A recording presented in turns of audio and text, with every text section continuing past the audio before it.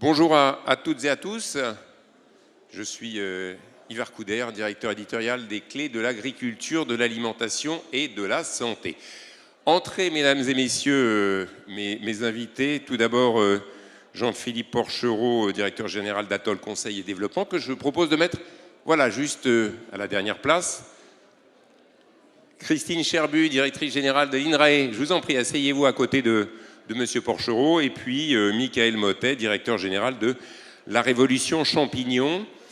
On va parler tous les quatre d'un sujet important. Je vais inviter peut-être les gens qui sont encore en rendez-vous d'affaires à avoir la gentillesse de nous rejoindre. Ce serait fort sympathique. Tous les trois, je vous propose de prendre un micro. On va parler pendant une quarantaine de minutes d'un sujet intéressant, du moins on l'espère, comment garantir la sécurité alimentaire et nutritionnelle pour tous. Évidemment, ça passe par l'innovation, donc c'est un peu bien sûr dans l'axe de la food tech de cette journée. Avant de commencer, je m'étais dit, si vous réfléchissez vous un peu, si on se projette dans le passé, qu'est-ce qui a pu être une innovation, une invention, une découverte qui a été importante en matière de sécurité alimentaire, de sécurité nutritionnelle, bref, dans l'histoire, j'ai envie de dire, de l'alimentation de l'homme.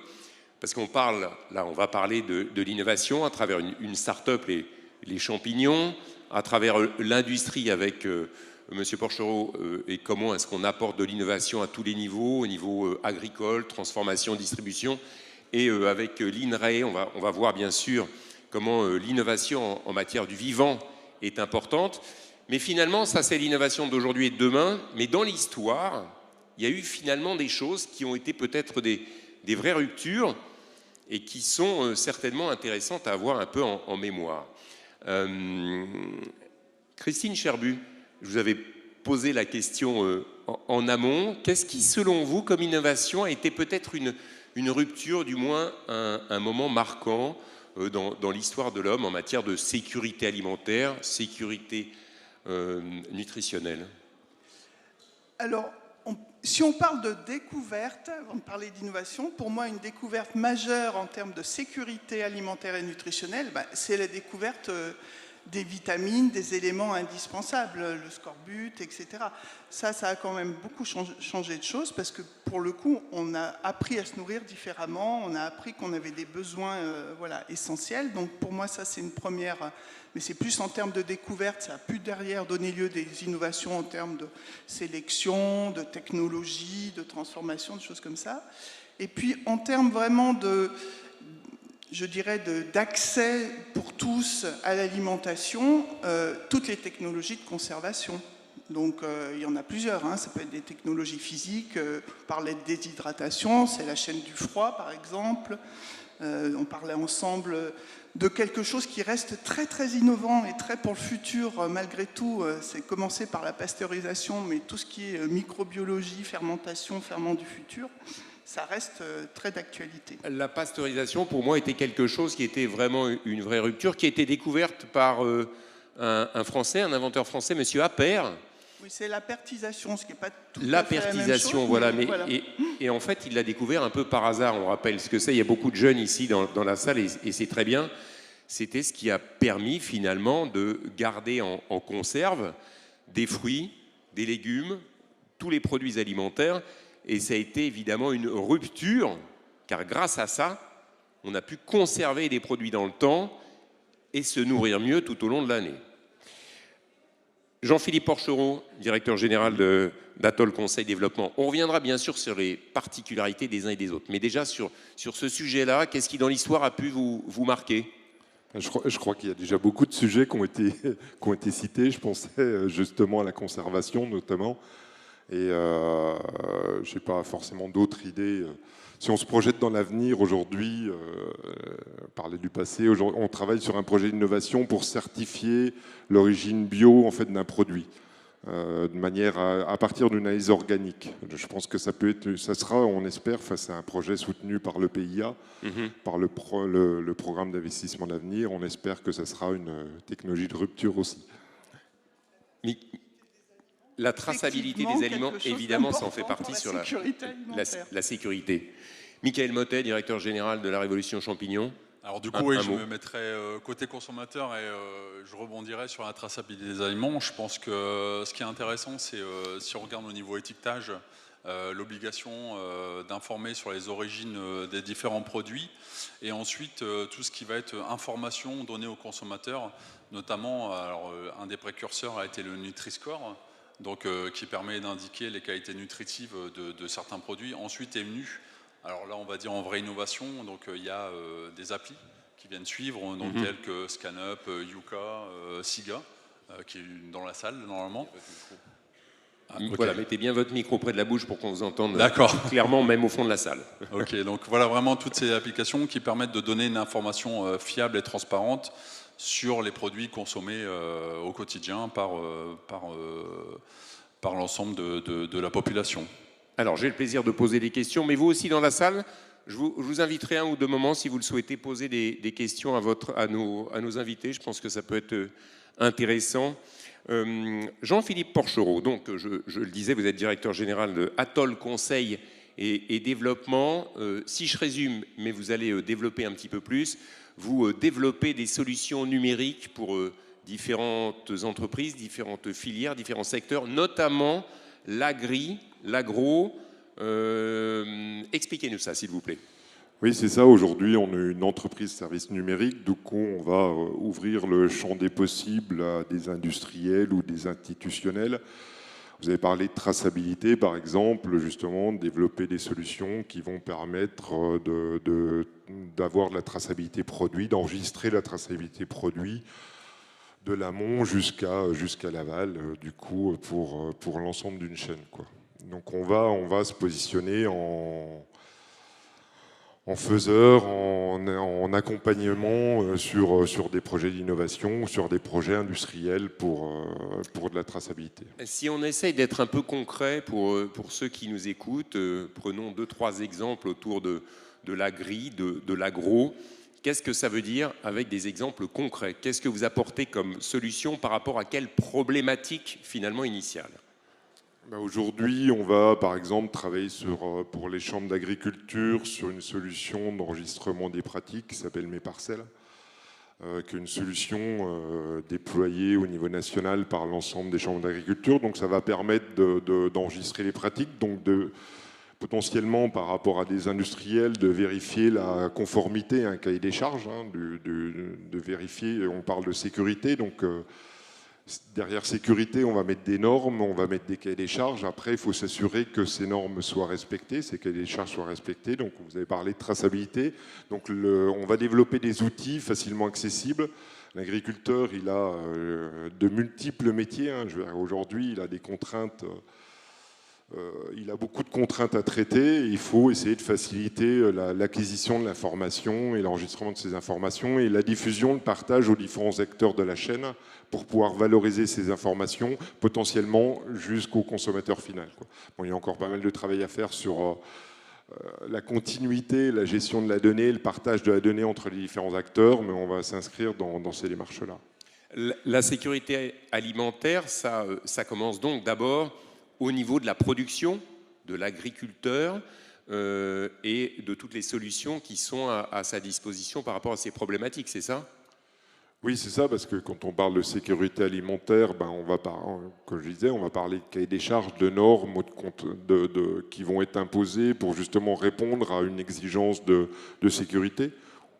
La partie nutritionnelle pourrait être aussi traitée dans cet aspect-là. Du coup, comment on s'assure la qualité du produit? Alors après, dans le respect du cahier des charges, l'aspect nutritionnel n'est pas toujours traité.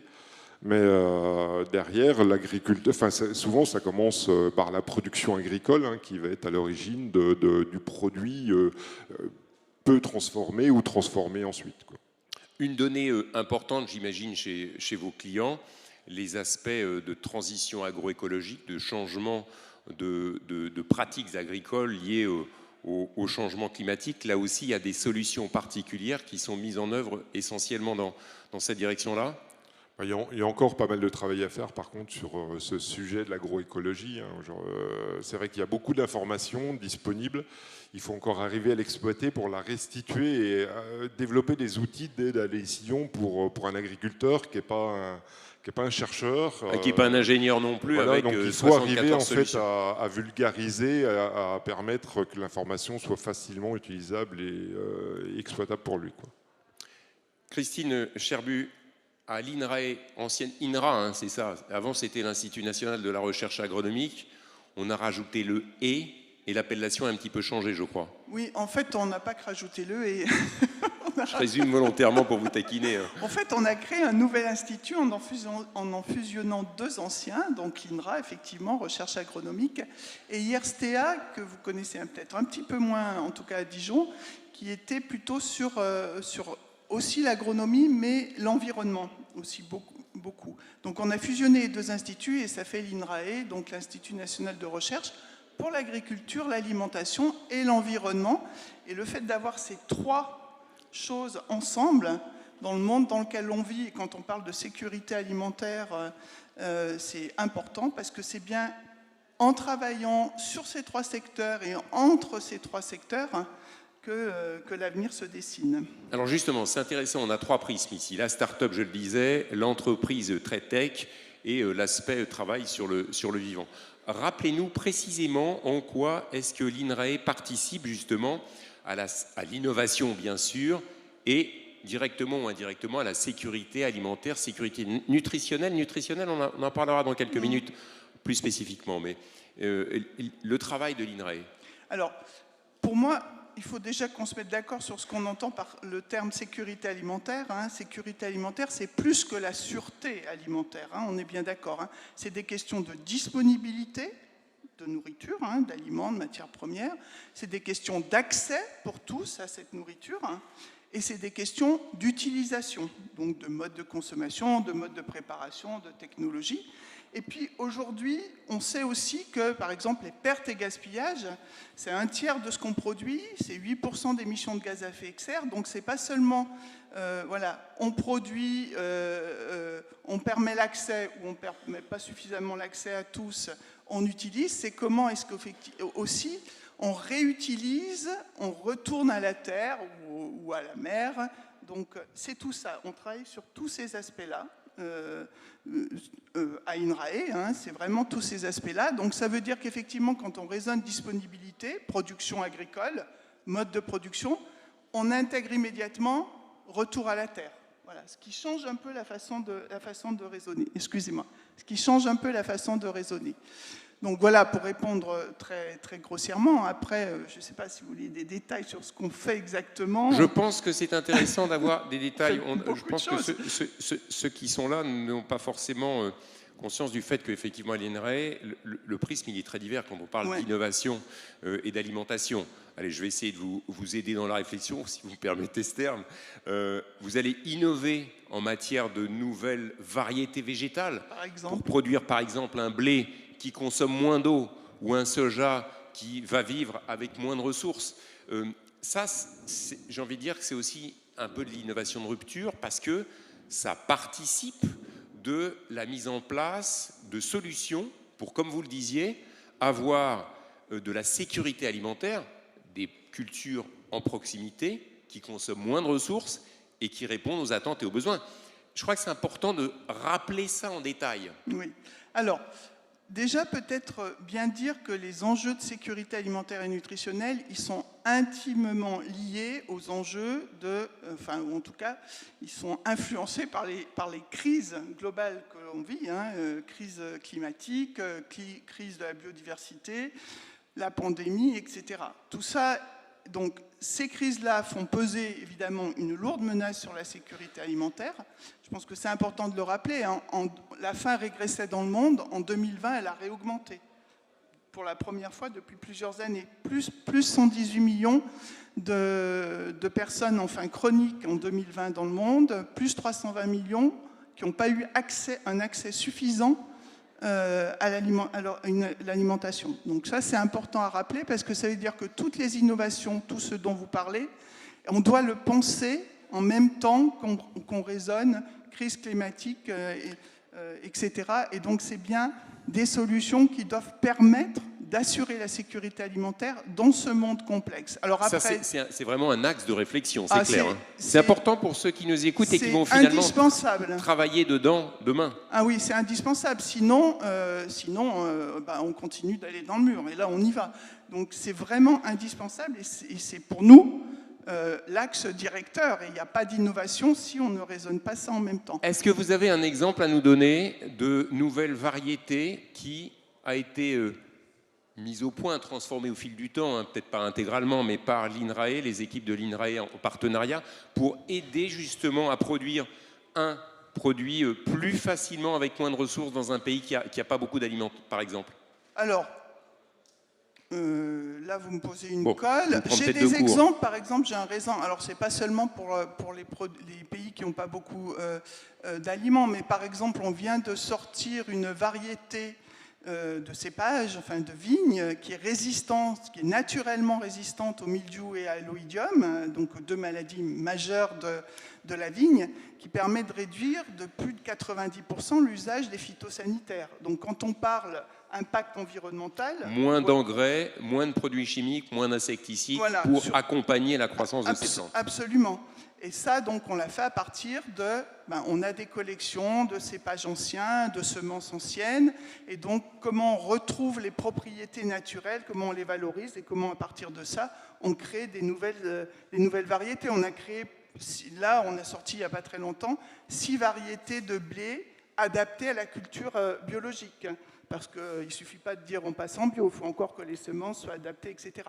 Donc voilà, ça c'est un des leviers, mais c'en est qu'un, hein, évidemment. Hein. On travaille sur les technologies de transformation, on en parlait, hein, des technologies de transformation qui font que les aliments vont avoir une qualité nutritionnelle, gustative meilleure, qu'on va éviter d'aller jusqu'à la molécule pour recombiner après en rajoutant des tas de choses qui ne sont pas utiles. Vous allez en parler, des technologies qui permettent de mieux utiliser l'ensemble de la matière, hein, qui évitent qu'on perde et qu'on gaspille.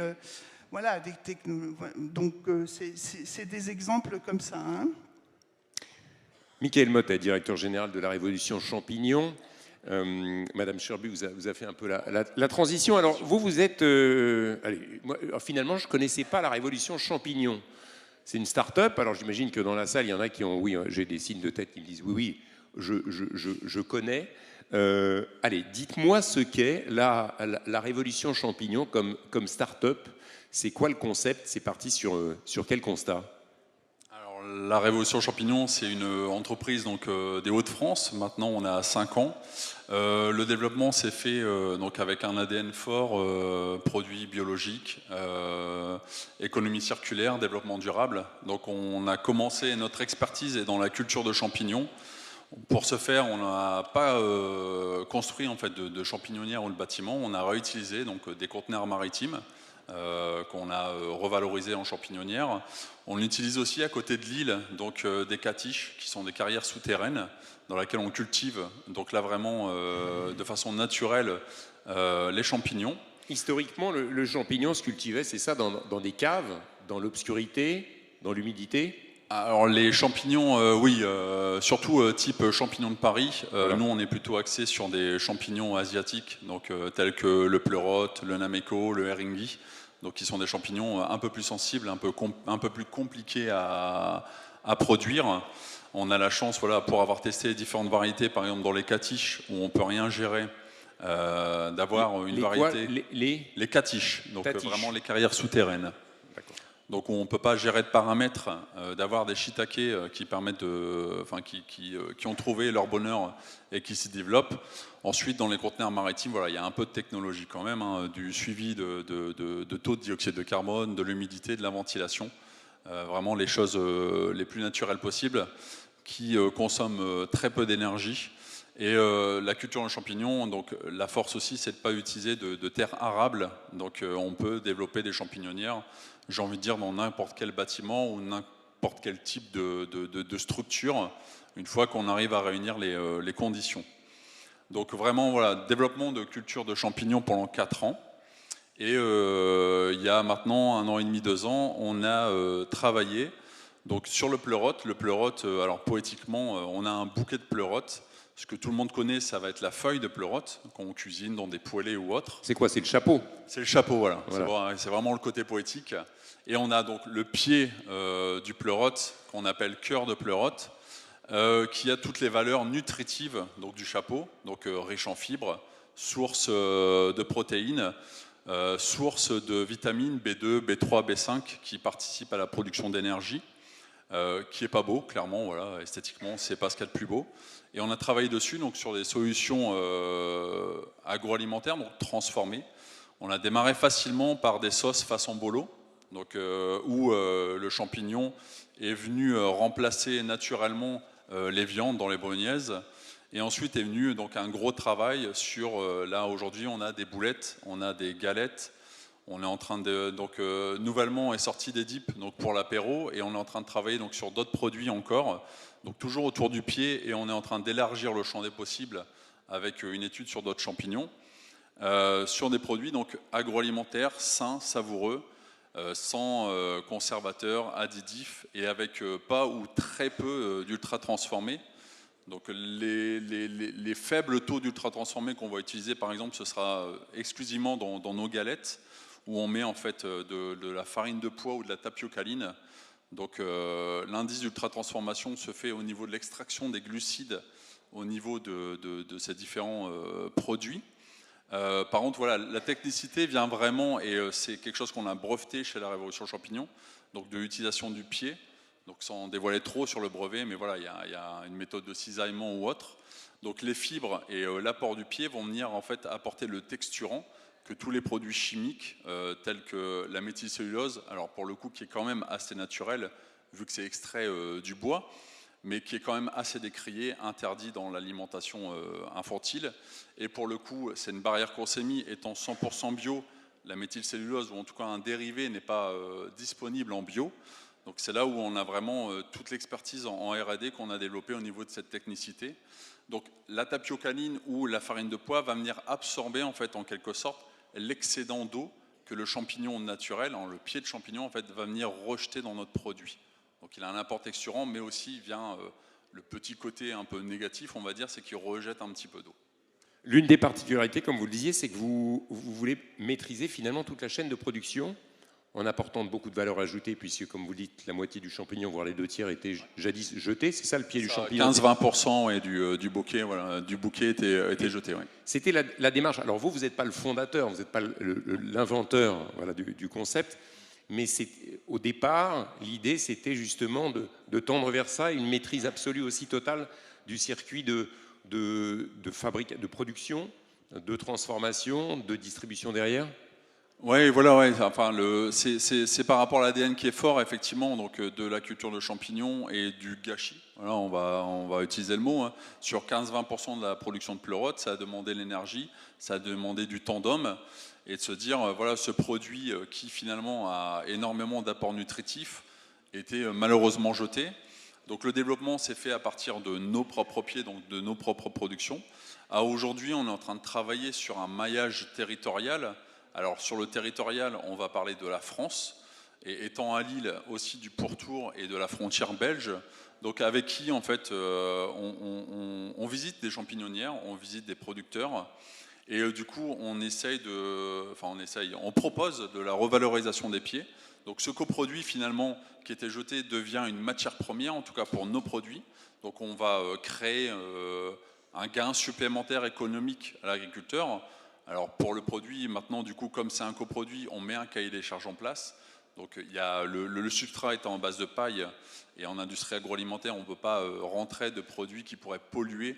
Donc on demande juste à mettre un petit coup de couteau supplémentaire au niveau du pied pour enlever la paille. Ce produit devenant une matière première, donc il est revalorisé. Et en plus, dans le maillage, on crée un partenariat en s'engageant sur un achat supplémentaire de bouquets de pleurotes, pour aussi étoffer de notre côté les ventes et le pourcentage du chiffre d'affaires au niveau du pleurote pur. Vous êtes une start-up, vous avez levé pas mal de sous, je crois, en début d'année. Combien? On avait levé en février 2020 2,5 millions. Donc, pour pouvoir justement... Sur le champignon. Sur le champignon, alors sur le côté justement continuité en R&D et développement commercial sur les produits. Alors si jamais il y a une question dans la salle, levez la main, on vous amènera un micro, n'hésitez pas, je reviendrai vers vous dans quelques instants. Jean-Philippe Porchereau, intéressant comme exemple, là voilà, finalement un produit assez simple, hein. La pleurote, c'est ça? Bon, rien de révolutionnaire à la base, un champignon, on le cultive depuis longtemps, on sait faire, mais une problématique, qu'est-ce qu'on peut faire de mieux? Comment est-ce qu'on peut optimiser, produire plus? C'est un bon regard. Oui, c'est intéressant, ça revient à la discussion sur le gaspillage alimentaire et le fait d'arriver à valoriser l'ensemble du produit en développant de nouveaux produits grâce à l'innovation. Il ne s'agit pas de révolutionner finalement les choses, là. Il s'agit de porter un regard sur le produit. Et j'ai envie de dire, vous êtes un peu coquin, ou opportuniste aussi, enfin votre entreprise. Le phénomène diminution de la consommation de viande, augmentation de la consommation à juste titre de fruits et légumes, c'est aussi être opportuniste par rapport à une tendance. Oui, c'est pas péjoratif. Non, du tout, c'est une tendance. Et en fait, on veut même aller plus loin que l'opportunisme. C'est-à-dire qu'à aujourd'hui, on n'est pas en frontal par rapport à la viande, parce que, alors, même si le champignon est source de protéines, on n'a pas le taux de protéines nécessaire dans nos produits pour se dire substituer la viande. On est sans gluten, très peu de sucre, de sel, de matière grasse. Vous n'allez pas faire le steak de champignons, rassurez-moi. Ah, c'est la galette. Le steak en tant que tel, on n'a pas le droit de l'utiliser, justement, appartenant au domaine carné. Donc, c'est nos galettes. En fait, là où on a un objectif, c'est vraiment créer une alternative aux alternatives. C'est arriver à plus ou moins long terme, ça on verra comment les échéances seront jalonnées, mais à créer vraiment une nouvelle catégorie dans l'alimentation humaine, vraiment proposer des produits à base de coproduits de champignons, donc riches pour tous ces nutriments et le plus sain et savoureux possible. Christine Cherbu, l'aspect nutritionnel qui est le deuxième point de notre échange est tout aussi important, et ça a été évoqué au début ici par la personne de Natixis d'ailleurs, qui faisait une remarque sur, je crois, l'évolution de la consommation de la viande en Chine, avec les problématiques d'augmentation de consommation, notamment de produits gras.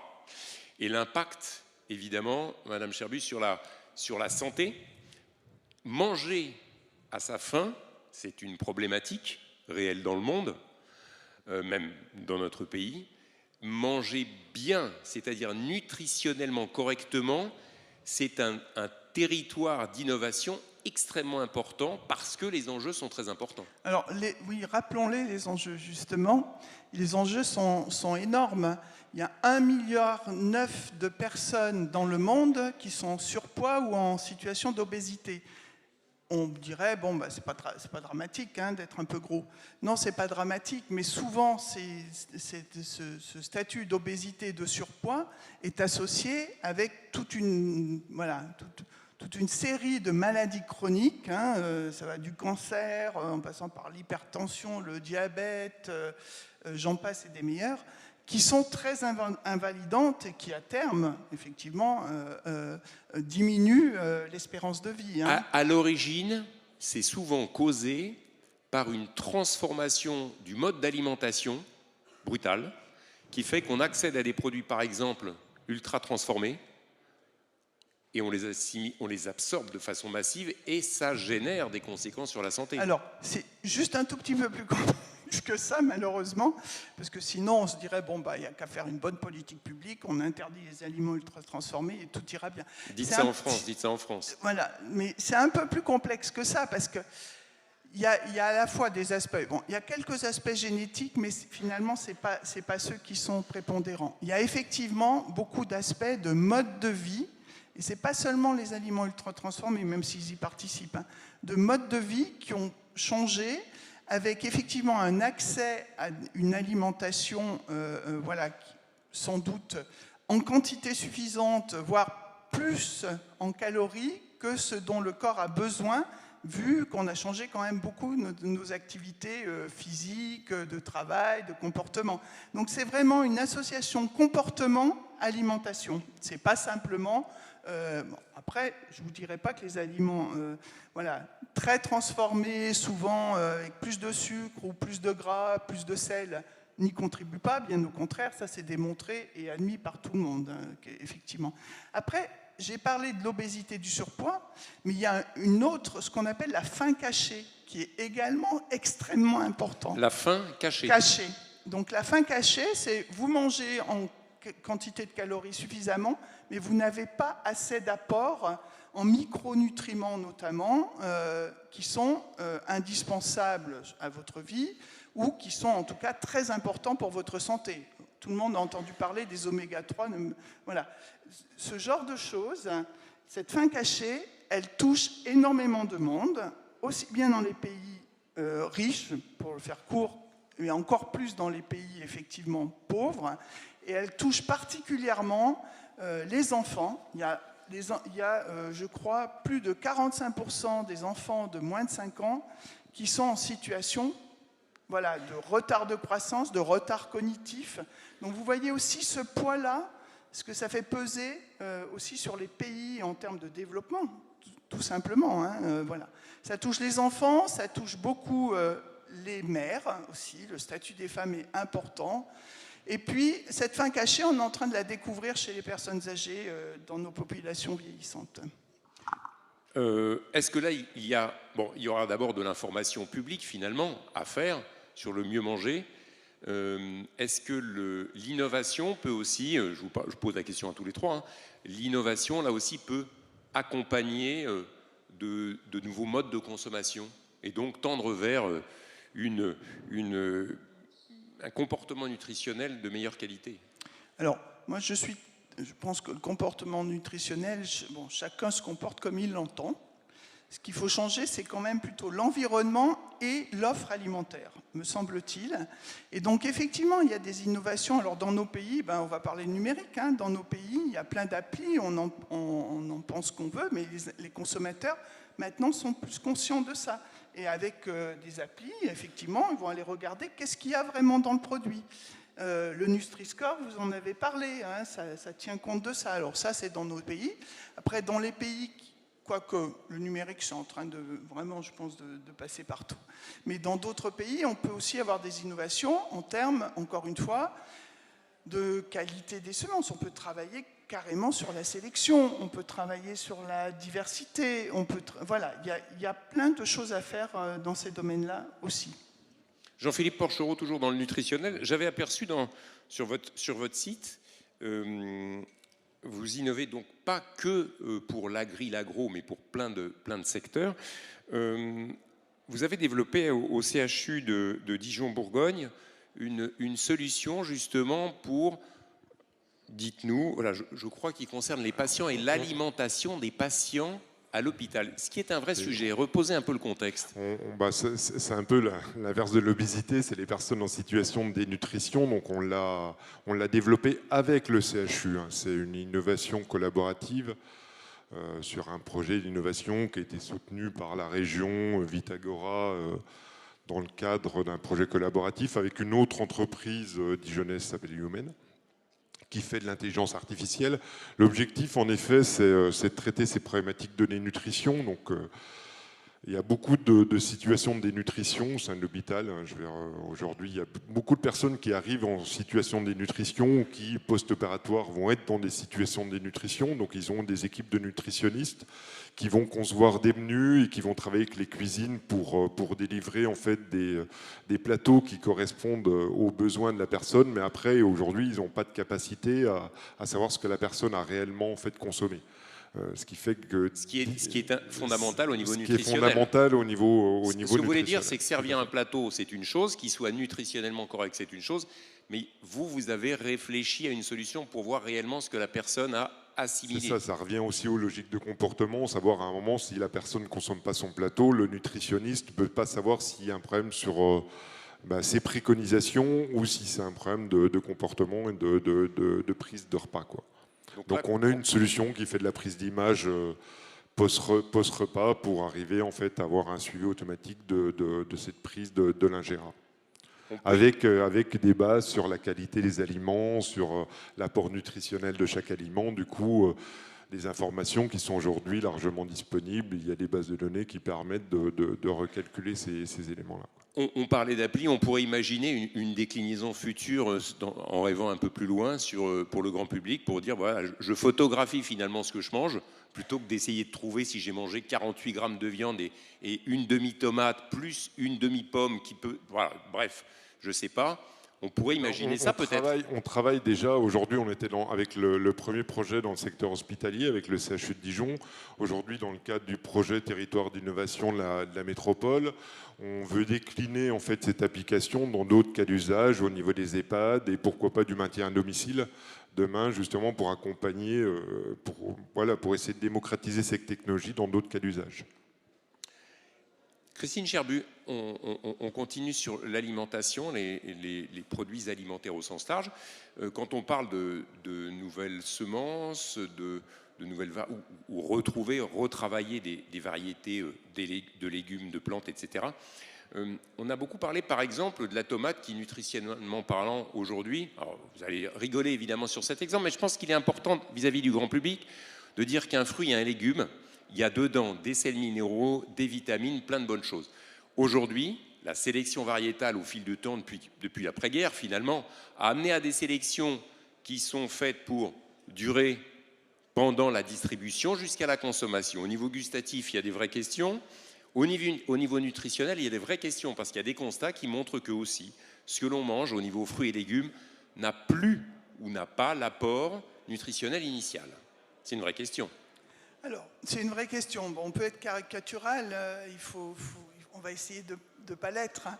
Alors, c'est vrai qu'il y a eu tout un mouvement de sélection. Alors, vous reparlez de la tomate, hein, pour aller vers une tomate carrée. On ne l'a jamais fait. On a fait la pêche plate, mais on n'a jamais fait la tomate carrée pour des questions de transport, etc. Voilà. On revient en arrière.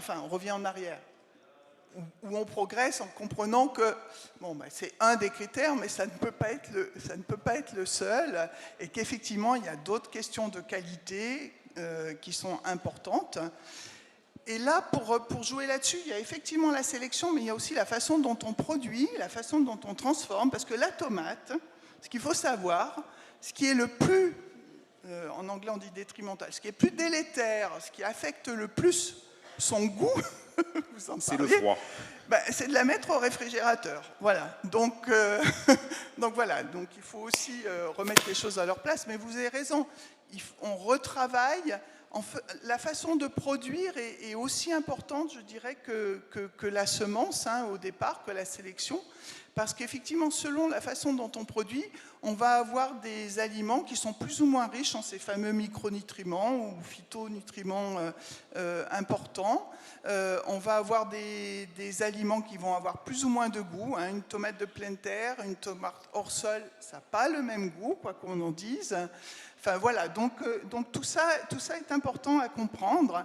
Donc il y a effectivement des leviers de sélection, mais les leviers de mode de production, les leviers de transformation, la façon dont on travaille la tomate sont également importants. La façon dont on va la conserver chez soi est important. Par exemple, la tomate avec de l'huile d'olive, vous avez toute une série de micronutriments qui vont être plus disponibles que si vous mangez une tomate juste comme ça avec du sel. Bon, c'est des choses qu'il faut savoir. Hein. Voilà. Après, je profite de ce que j'ai la parole parce qu'on parle beaucoup de leviers technologiques. C'est normal, on est dans une session de food tech. Je tiens à dire que ça serait vraiment une erreur, un aveuglement de penser que les leviers technologiques vont tout régler. Ils sont importants. Moi, je crois que le progrès technologique a fait effectivement avancer le monde et continuera de le faire avancer et est indispensable. Mais sur ces questions de sécurité alimentaire et nutritionnelle, il y a des tas d'autres leviers qui sont largement aussi importants. Je me permets de le dire, il faut mobiliser une politique publique, il y a des questions de chaîne de valeur à repenser, il y a des questions d'inégalité, de statut des femmes, d'éducation, etc. C'est juste pour remettre les choses quand même dans un contexte et ne pas penser que c'est simplement parce qu'on va sélectionner la bonne variété que tout d'un coup, le monde, tout d'un coup, on va garantir la sécurité alimentaire. Je me permettais d'avoir Bien la sûr, parole je pense pour que ce n'était pas l'objet. replacer les choses dans leur contexte. Je parlais de comportement alimentaire et de manière de s'alimenter aussi en parallèle, évidemment, mais chacun à son niveau, finalement, je crois que c'est important, chacun à son niveau de production, d'innovation, de distribution, de transformation a finalement sa responsabilité aussi.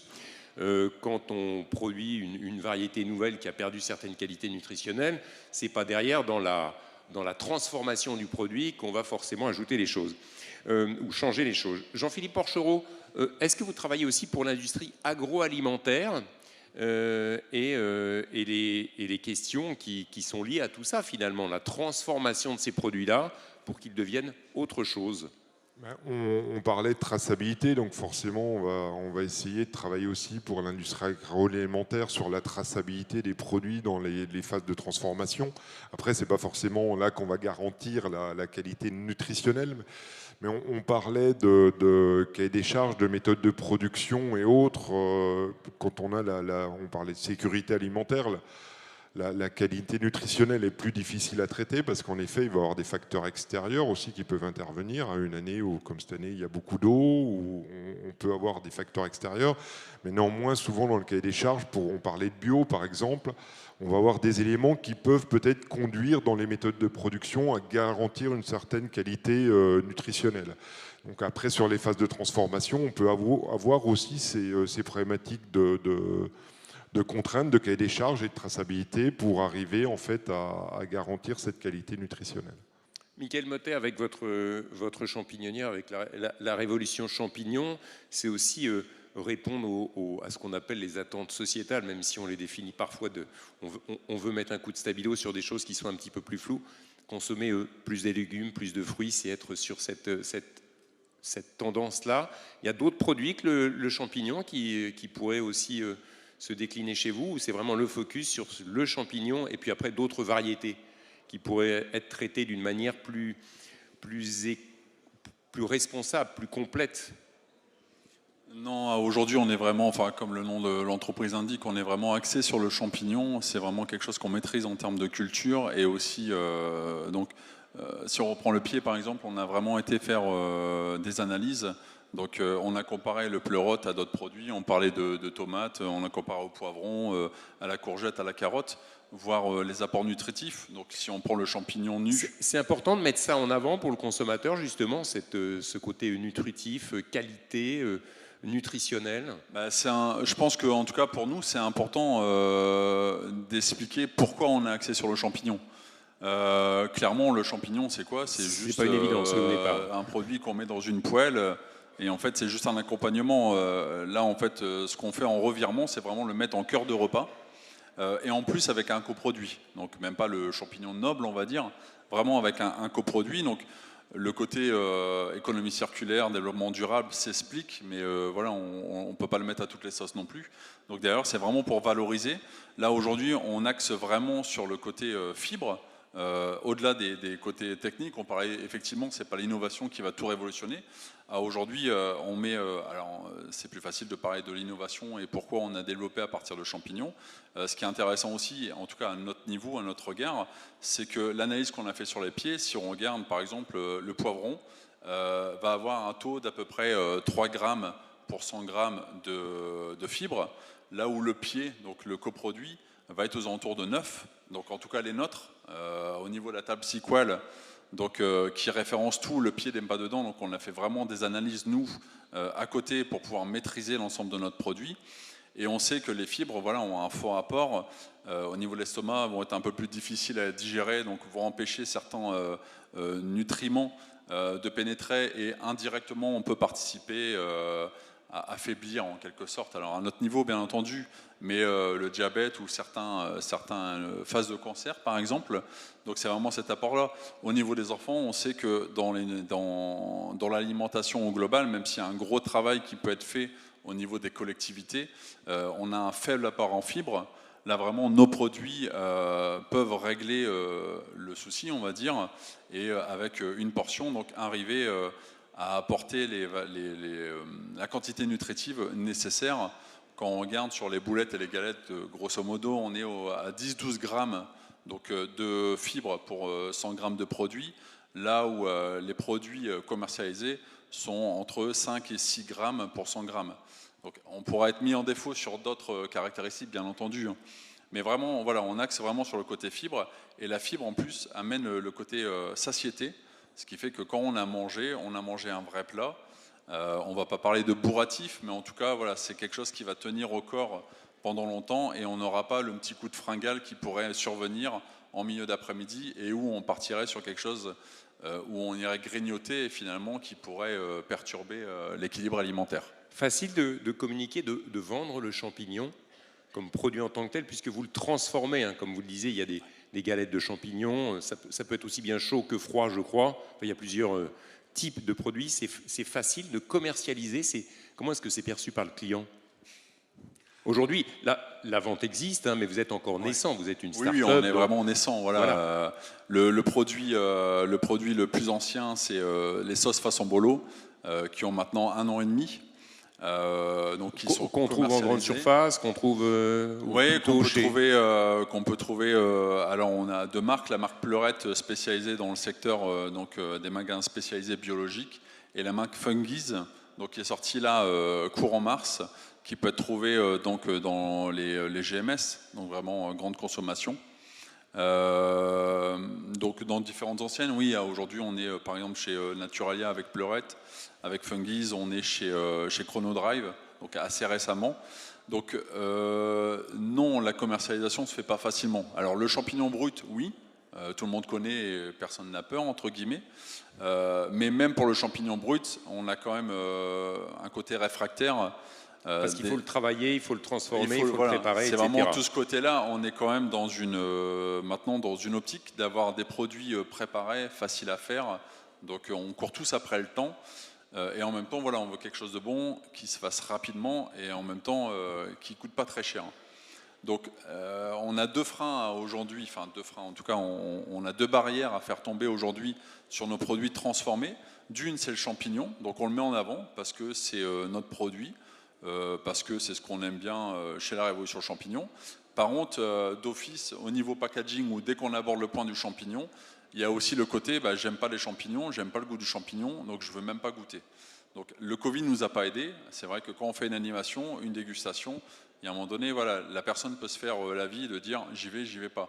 Là aujourd'hui, on est encore bloqué, il n'y a pas encore de vraie animation avec dégustation, ce qui fait que voilà, c'est plus l'argumentaire. Et la deuxième barrière, elle va être économique. Malheureusement, aujourd'hui, c'est un coproduit, on le revalorise, ça reste un produit frais. Donc il y a quand même toute une phase de stockage. Pour créer un stock qui soit pérenne dans le temps, on passe par une phase d'IQF. Donc voilà, c'est vraiment du blanchiment, de la découpe.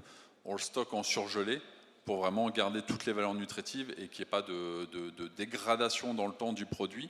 Donc tout ça, malheureusement, ça a un coût. Et un coût qu'on ne peut pas absorber par la jeunesse de l'entreprise. Et du coup, voilà, on a des produits qui sont en prix de vente consommateur aux environs de 3,99, entre 3,50 et 3,90. Là où il y a des alternatives végétales ou même de la viande, là, pour le coup, pour la citer, qui est beaucoup moins cher que notre produit. Donc voilà, c'est vraiment à mettre en avant tout le côté sain, savoureux et nutritif de nos produits. Il nous reste 3-4 minutes. Est-ce qu'il y aurait des questions dans la salle ? Monsieur, alors on va essayer de vous amener un micro. Voilà, monsieur, levez la main. Parfait, on va vous apporter un micro qui a été nettoyé en bonne et due forme. Merci, vous vous appelez ? Bonjour, je m'appelle Anna Seridaoui, je suis cofondateur de Fungit. On travaille sur une protéine végétale à partir de fermentation de champignons. En fait, je voulais revenir sur le sujet de la sécurité, qui est un sujet important pour le consommateur. Mais si on parle d'innovation disruptive qui permet de répondre aux forts enjeux de demain, vous ne pensez pas que cette sécurité peut parfois freiner cette innovation? Je pense par exemple à ce qui a été cité tout à l'heure, la méthylcellulose qui est d'origine naturelle, qui n'est pas autorisée pour la réglementation bio. Il y a la nouvelle food aussi qui constitue une énorme barrière en termes de coûts et en termes de temps pour les startups. Est-ce que vous ne pensez pas qu'en Europe, on est peut-être trop sécuritaire par rapport à d'autres marchés comme le marché américain? Le principe de précaution, j'ai envie de dire en résumant finalement. Qui veut répondre là-dessus? Ce n'est pas une réponse de vérité, hein, c'est un point de vue, c'est un regard. Je pense que justement, c'est tous ces principes. Ah, votre micro a été un peu éteint, allez-y, repart. Je pense que justement, c'est tous ces principes qui nous forcent à un moment donné dans nos développements à se dépasser. Le travail qu'on a pu faire, alors méthylcellulose, il y a beaucoup plus agressif hein, comme additif ou conservateur. Pour le coup, c'est quand même quelque chose qui a aujourd'hui est assez décrié, en tout cas en France et en Europe. Donc c'est pour ça que j'ai pris cet exemple-là.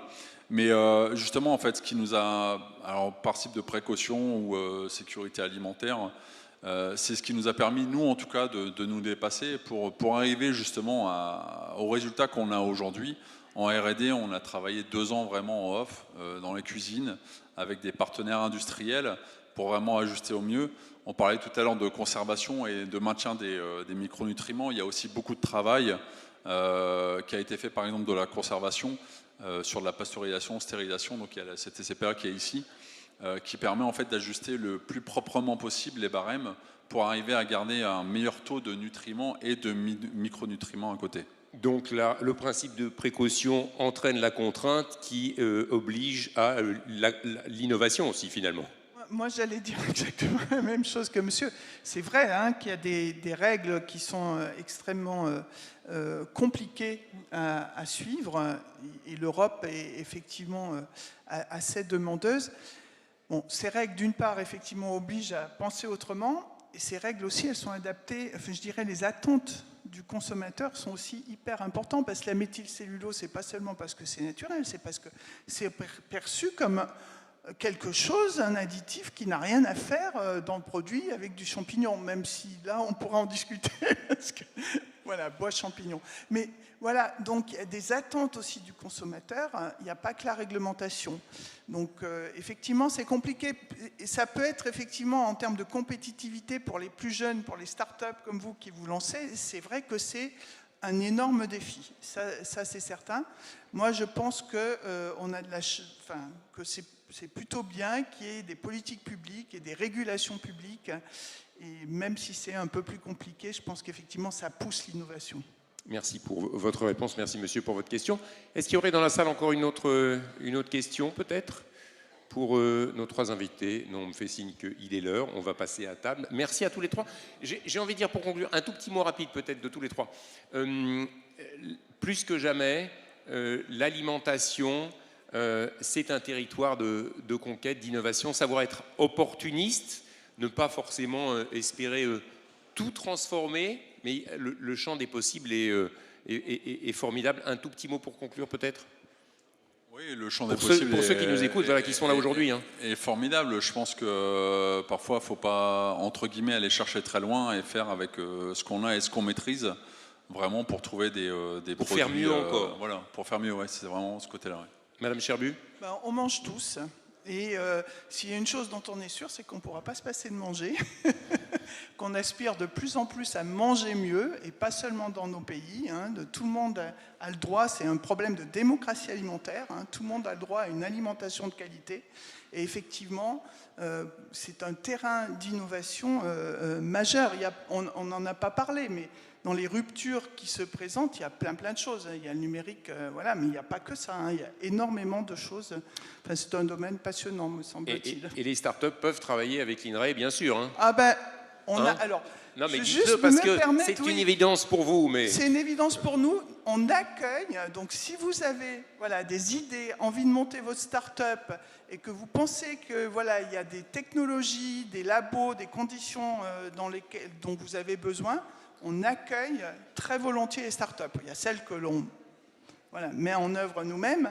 Mais on a développé tout un programme d'accueil des startups. Donc n'hésitez pas, si vous avez des idées et envie de faire des choses en food tech, venez nous consulter, on est prêt à vous accueillir, à vous accompagner. Voilà, le message, je crois, est passé. Jean-Philippe Porchereau, là aussi, vous accueillez, vous êtes à l'écoute, vous aidez, vous accompagnez, vous participez à cette innovation autour de l'alimentation? Oui, on intervient sur des accélérateurs, en accompagnement, sur des startups. Après, en termes de mot de la fin, c'est vrai que Pierre avait parlé de compétition internationale. Aujourd'hui, nous, on s'éclate sur ce secteur. On a une agriculture et une industrie agroalimentaire résolument moderne et dynamique, quoi. Et je pense que c'est une vraie force dans la compétition internationale et il faut conserver cette dynamique, quoi. Merci à tous les trois d'être venus participer à cette table ronde. Je crois qu'on peut vous... Ah, un petit mot, Monsieur le Président. Non, mais un petit mot d'humour vis-à-vis de mon ami Michael, que je félicite pour son dynamisme sur les champignons. Moi, j'adore les champignons, mais j'adore la côte de bœuf. Et comme tu opposes un peu les champignons au bœuf, il faut que dans ta communication, tu la fais plus light. Parce qu'à midi, on va manger une côte de bœuf avec des pleurotes. Bon, merci, bon appétit, hein. Merci à tous.